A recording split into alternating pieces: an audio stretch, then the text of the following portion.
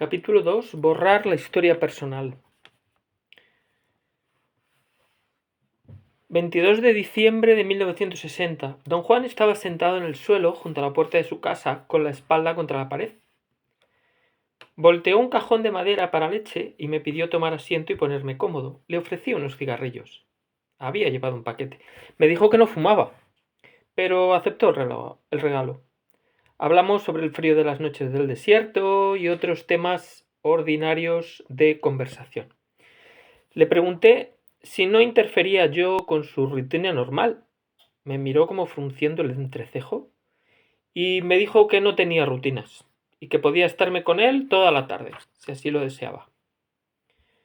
Yo había preparado algunas cartas de genealogía y parentesco que deseaba llenar con su ayuda. También había compilado a través de la literatura etnográfica una larga serie de rasgos culturales pertenecientes, se decía, a los indígenas de la zona. Quería revisar con él la lista y marcar todos los elementos que le fuesen familiares. Empecé con las cartas de parentesco. ¿Cómo llamaba usted a su padre?, pregunté. Pues lo llamaba papá, dijo él con un rostro muy serio. Me sentí algo molesto, pero procedí sobre la suposición de que no había comprendido. Bueno, le mostré la carta y expliqué. Un espacio era para el padre y otro para la madre. Di como ejemplo las distintas palabras usadas para padre y madre en inglés y en español. Pensé que tal vez habría debido empezar por la madre. Bueno, ¿cómo llamaba usted a su madre? Pues la llamaba mamá, repuso en tono ingenuo. Quiero decir, ¿qué otras palabras usaba usted para llamar a su padre y a su madre? ¿Cómo los llamaba usted? Dije, tratando de ser paciente y cortés. Se rascó la cabeza y me miró con una expresión estúpida. Oh, caray, dijo, me la pusiste difícil. Déjame pensar.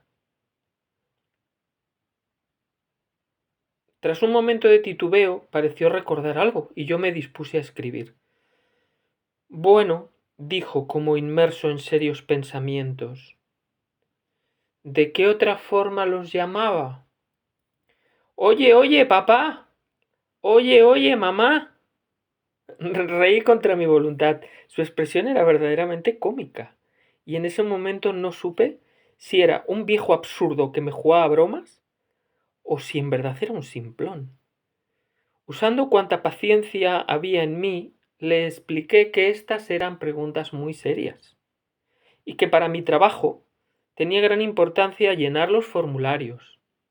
Traté de hacerle comprender la idea de una genealogía y una historia personal. ¿Cuáles eran los nombres de su padre y de su madre?, le pregunté. Él me miró con ojos claros y amables.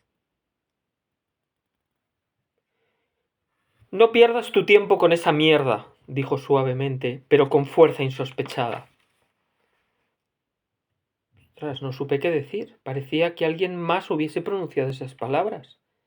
Un momento antes, don Juan había sido un indio estúpido y destanteado rascándose la cabeza, y de buenas a primeras había cambiado los papeles. El estúpido era yo y él me contemplaba con una mirada indescriptible que no era de arrogancia, ni de desafío, ni de odio, ni de desprecio. Sus ojos eran claros y bondadosos y penetrantes. No tengo ninguna historia personal, dijo tras una larga pausa. Un día descubrí que la historia personal ya no me era necesaria y la dejé, igual que la bebida. Yo no acababa de entender el sentido de sus palabras. Le recordé que él mismo me había asegurado que estaba bien hacerle preguntas. Reiteró que eso no le molestaba en absoluto. Ya no tengo historia personal, dijo, y me miró con agudeza. La dejé un día, cuando sentí que ya no era necesaria. Me le quedé viendo tratando de detectar los significados ocultos de sus palabras. ¿Cómo puede uno dejar su historia personal?, pregunté en tono de discusión. Primero hay que tener el deseo de dejarla, dijo, y luego tiene uno que cortársela armoniosamente, poco a poco. ¿Pero por qué iba a tener uno tal deseo?, exclamé. Yo tenía un apego terriblemente fuerte a mi historia personal. Mis raíces familiares eran hondas. Sentía con toda honradez que sin ellas mi vida no tendría continuidad ni propósito. Quizá debería usted decirme a qué se refiere con lo de dejar la historia personal, dije. A acabar con ella. A eso me refiero. Insistí en que sin duda yo no entendía el planteamiento. Usted, por ejemplo, usted es un yaqui. Eso no lo puede cambiar. ¿Lo soy? Preguntó sonriendo. ¿Cómo lo sabes? Cierto, no puedo saberlo con certeza, pero usted lo sabe y eso es lo que cuenta. Eso es lo que hace que sea historia personal. Bueno, el hecho de que yo sepa si soy Jackie o no no hace que eso sea historia personal. Solo se vuelve historia cuando alguien más lo sabe. Y te aseguro que nadie lo sabrá nunca de cierto. Yo había anotado torpemente sus palabras. Dejé de escribir y lo miré. No podía hallarle el modo. Repasé mentalmente las impresiones que de él tenía. La forma misteriosa e insólita en que me miró durante nuestro primer encuentro. El encanto con que había afirmado recibir corroboraciones de todo cuanto le rodeaba, su molesto humorismo, su viveza, su expresión de auténtica estupidez, cuando le pregunté por su padre y por su madre, y luego la insospechada fuerza de sus aseveraciones que me había partido en dos. No sabes quién soy, ¿verdad? Dijo como si leyera mis pensamientos. Jamás sabrás quién soy, ni qué soy, porque no tengo historia personal. Me preguntó si tenía padre. Le dije que sí. Afirmó que mi padre era un ejemplo de lo que él tenía en mente. Me instó a recordar lo que mi padre pensaba de mí. Tu padre conoce todo lo tuyo, dijo. Así pues, te tiene resuelto por completo. Sabe quién eres, qué haces, y no hay poder sobre la tierra que lo haga cambiar de parecer acerca de ti. Don Juan dijo que todos cuantos me conocían tenían una idea sobre mí y que yo alimentaba esa idea con todo cuanto hacía. ¿No lo ves? Preguntó con dramatismo. Debes renovar tu historia contando a tus padres, a tus parientes, a tus amigos, todo lo que haces.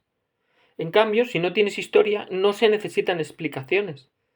Nadie se enfada ni se desilusiona con tus actos y sobre todo, nadie te ata, nadie te amarra con sus pensamientos.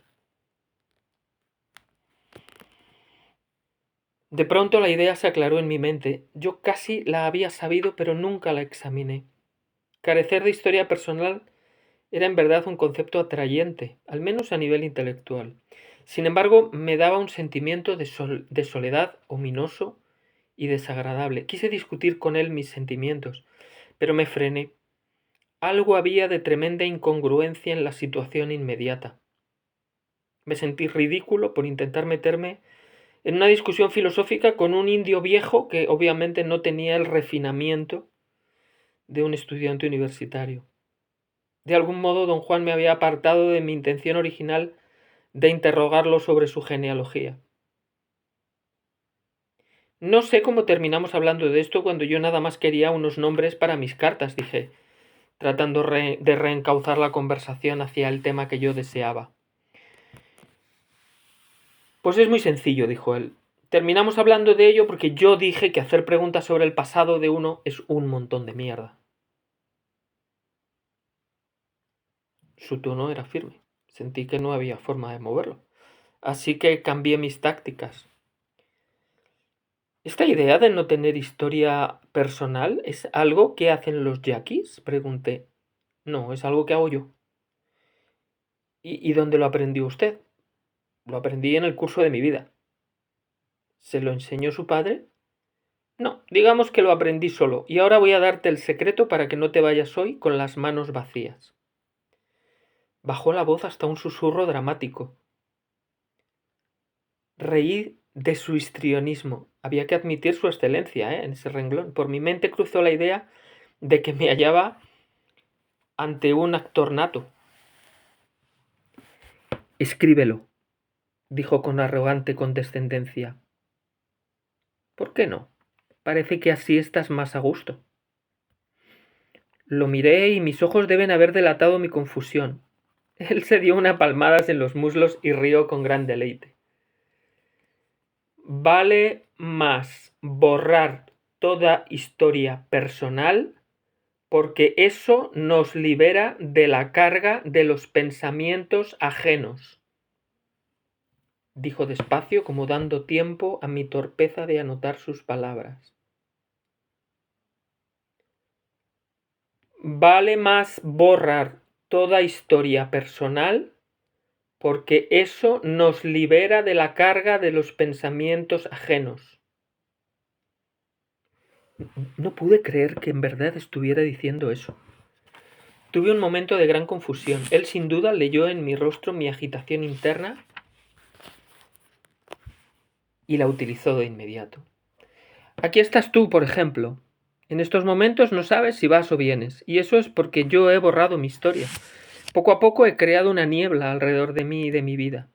Y ahora nadie sabe de cierto ni quién soy ni qué hago. Pero usted mismo sabe quién es, ¿no? Por supuesto que no. Y exclamó y rodó por el suelo riéndose de mi expresión sorprendida. Había hecho una pausa lo bastante larga para hacerme creer que iba a decir que sí sabía como yo anticipaba. El subterfugio me resultó muy amenazante y en verdad me dio miedo. Ese es el secretito que voy a darte hoy. Nadie conoce mi historia, nadie sabe quién soy ni qué hago, y ni siquiera yo.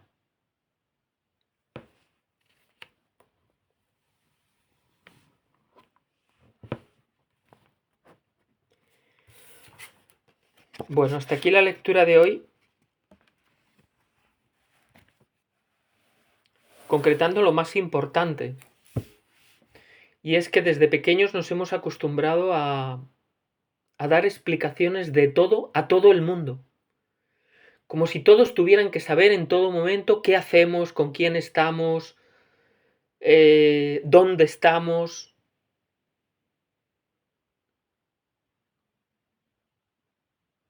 Y una vez que empiezas, es muy complicado cortar.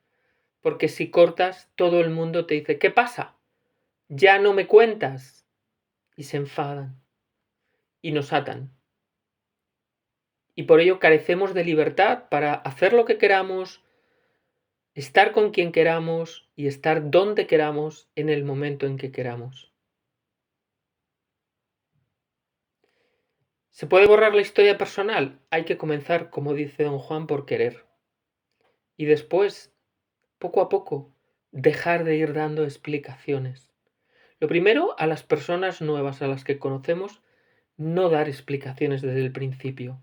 Tenemos que acecharnos a nosotros mismos, cómo actuamos. Y dejar de definirnos a nosotros mismos. Dejar de repetirnos, soy un médico, soy un abogado, soy una mamá, soy una esposa, soy un padre, soy un marido. Porque la sociedad ha definido en cada una de esas palabras el cómo nos tenemos que comportar. Y eso impide que seamos fluidos. Y eso bloquea nuestra energía.